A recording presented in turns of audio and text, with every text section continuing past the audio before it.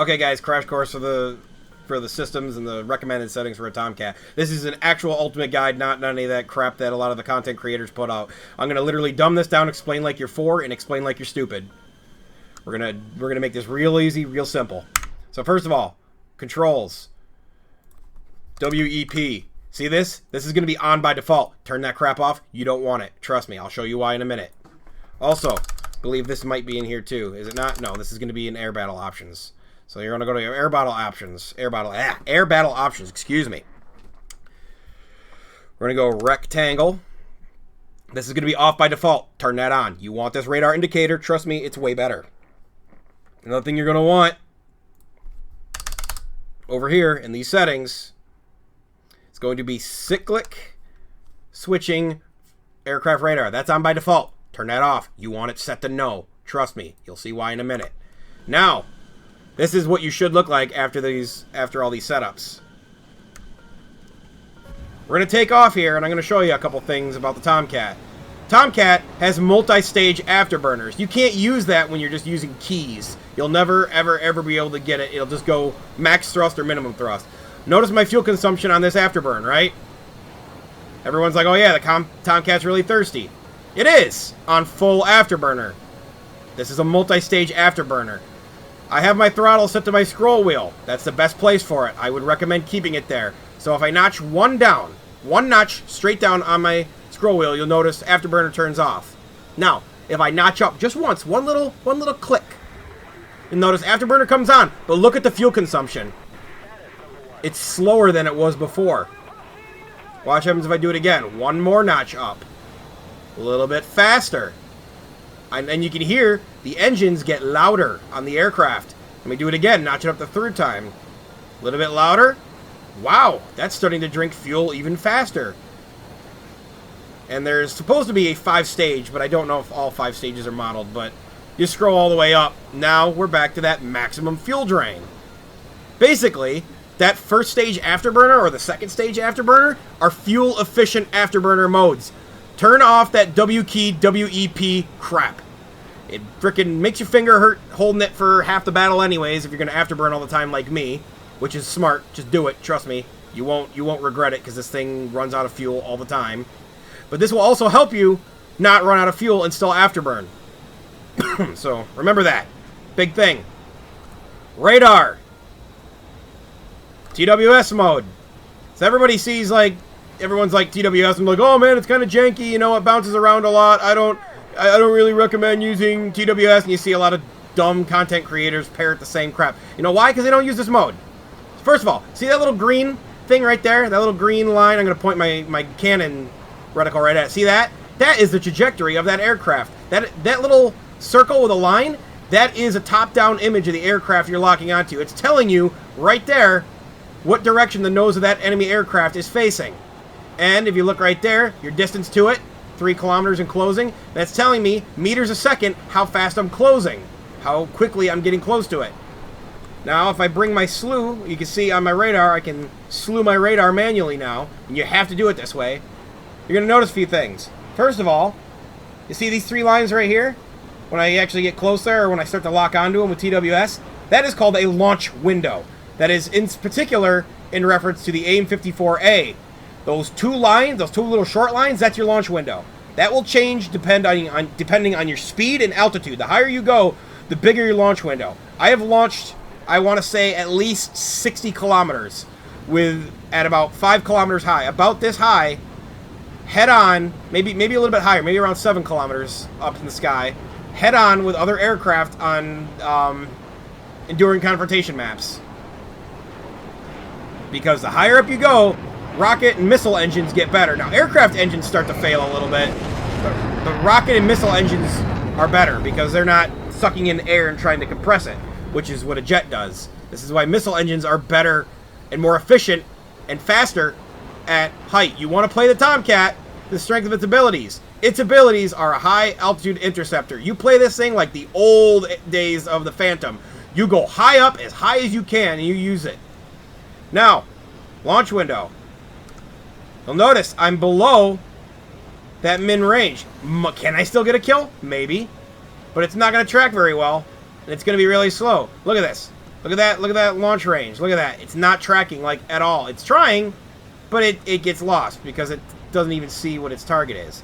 Now, from this range, you could get away with an AIM-7F, but you have to hard lock it. TWS, you can go straight to a hard lock if you just press, you know, your regular radar lock button. Now, you see how he's going away from me? The nose of his aircraft pointing away? This is kind of a tough shot for AIM-7Fs. I wouldn't recommend this in most situations, but you can get away with it sometimes, especially at closer ranges. Boom. Got a kill. Look at that. Awesome. Now, aircraft that are notching. What does notching mean, Klaus? That means things that are going completely horizontal, 90 degrees to you. So you'll notice, if that arrow, that little indicator that I was telling you about earlier, and you'll see it on your TWSs too, you can see a little bit of line.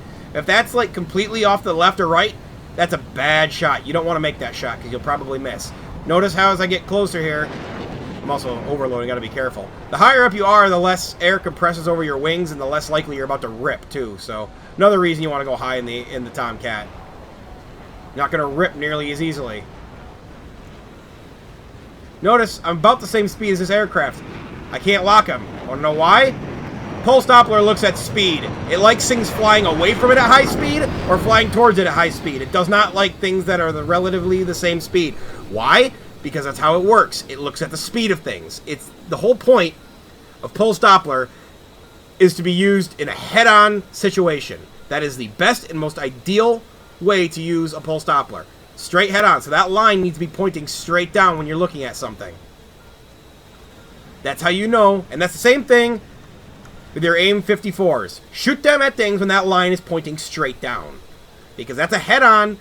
That thing has a Pulse Doppler seeker. Or I should say it works off a Doppler effect, so it gets confused by notching as well.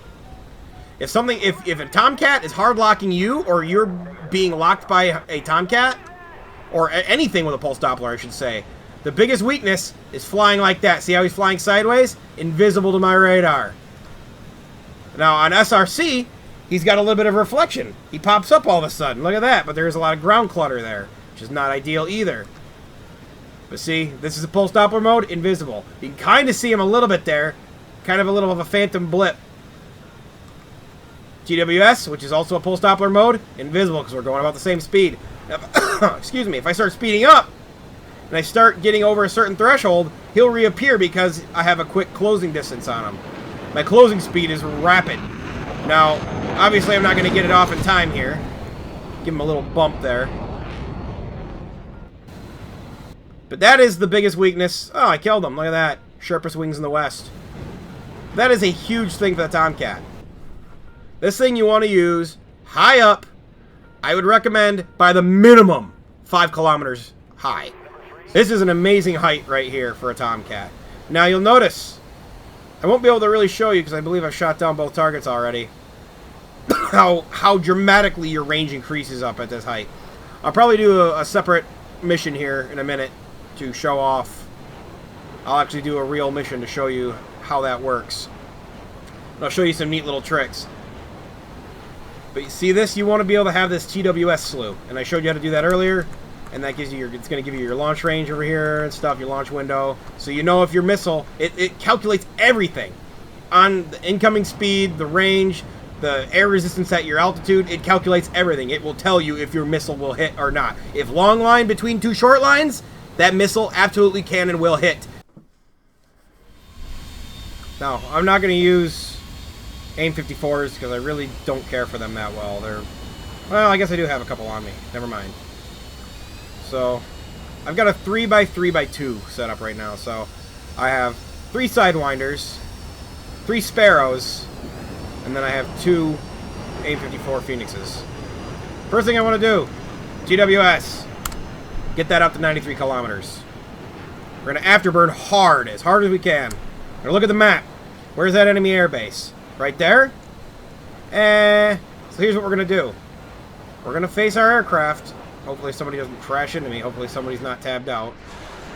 Had that happen before. We're going to try and get ourselves to be perfectly 90 degrees to that enemy airbase. That is going to ensure that they're not going to lock me while I climb up here. And you can tell, because if you look over on the left, if you don't know what that is, you're an idiot. That's called RWR. See that right there? See that? That's a lock. Somebody is locking me. But because that's a 90-degree angle, and they're very likely using Pulse Doppler at this range, Pulse Doppler hates things going at a 90-degree angle to it. They like things coming head-on or away from them. They don't like anything else. Tomcat radar especially hates it more than the F-4J and the EJ Kai. The EJ Kai and the F-4J have better notch angles than the Tomcat. The Tomcat, you have to be absolutely careful about what stuff you pick. Now, I want to get up to about 5 to 6 kilometers high. So, I'm still climbing. Nice blue sky up here with me. I can just keep full afterburner on. I've got so much fuel, I don't care. I'm going to spool up F-14A's. You're going to notice something about the launch window here once I get up to the height that I want. So about 6 kilometers is good. So I'm going to start turning my aircraft over. I'm going to start looking towards where the enemies are. Look for ones that have see these blob right here? First of all, everyone's like, oh, RWR can't tell. First of all, I'm getting locked, so I don't want that. So I'm going to break that lock. Somebody knows I'm here. I don't like that.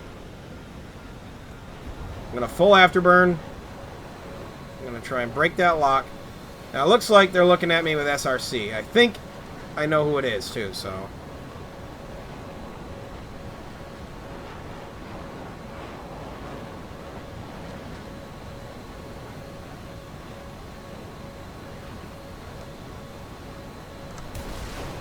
So see how he's pointing down? That missile's going to track really fast and really hard on him. Kind of keep the nose of your aircraft towards your target. Boom. He never saw it coming. Now I'm still being locked by something. I don't like that. Now there's RWR blind spots. Just because you see that lock break doesn't mean anything. See, now I actually broke that lock. Woo! That's an F-14. He wants to dance. I gotta be careful. I don't want to pull this many G's at this altitude. That's really bad.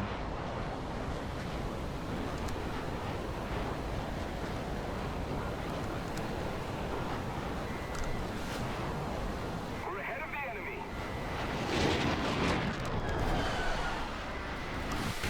Ah, I didn't realize what angle he was at.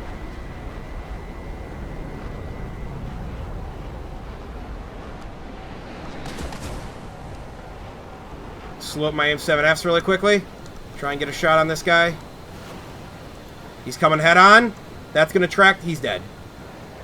Yep. He didn't have the energy to dodge that. Missile incoming. 3 kilometers.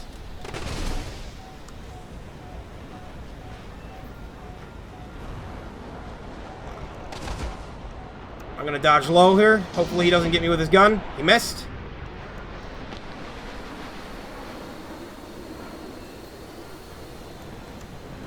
Keep an eye on him back there. I'm just going to throttle down. I don't even want to be in a fight with him right now. I want to get as much separation between him and me as possible. This is the time to boom and zoom. I've got a lot of energy on him. He is trying to catch me. I do have 2 AIM-54s, so I'm still pretty heavy. It looks like he's going to just try and run away.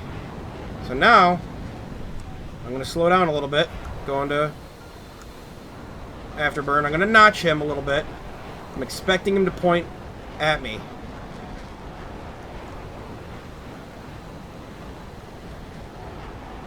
I want the Tomcat dead first. F-4E I'm not terribly concerned about right now. But, if this F-4E is going to give me the kill, I mean, I'll take it. Alright, that works.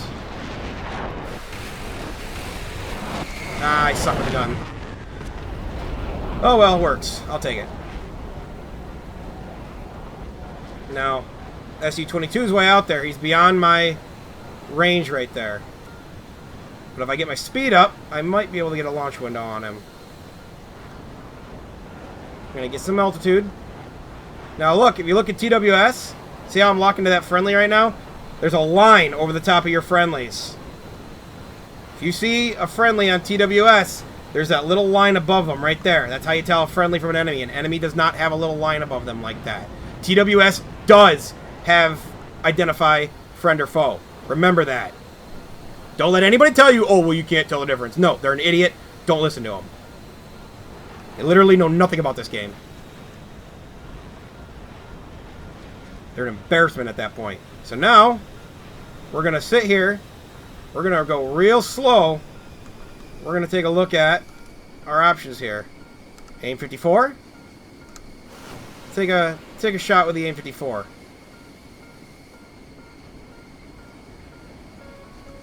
He's locking me. Or something is locking me. Now that missile is going off on itself. That should be... Now he might respawn and avoid getting hit by this, but we'll see. I think he's taking off. If that's the case, he's not going to dodge this. He was sitting still on the runway, so it lost track of him because it's looking for things of speed, and of course if he's not moving, it's not going to do anything. But I can sit here and loiter for another 22 minutes without any afterburning, very comfortably going 300 miles an hour, and if he tries to take off, I will know it, and I will kill him.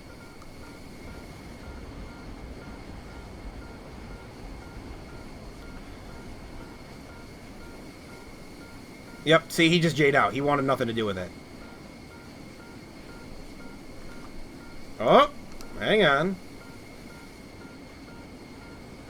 So we're getting TWS tracks right now that are actually incoming enemy missiles right there. Thought he might have respawned, but nope. Look at that. 2 kills. Easy. Easy 2 kills. And I didn't die. Remember that. Use it. This game gives you the ability to do so much cool stuff, and half the freaking content creators guiding themselves, they don't tell you any of this. Use it. Thanks for coming to my TED Talk.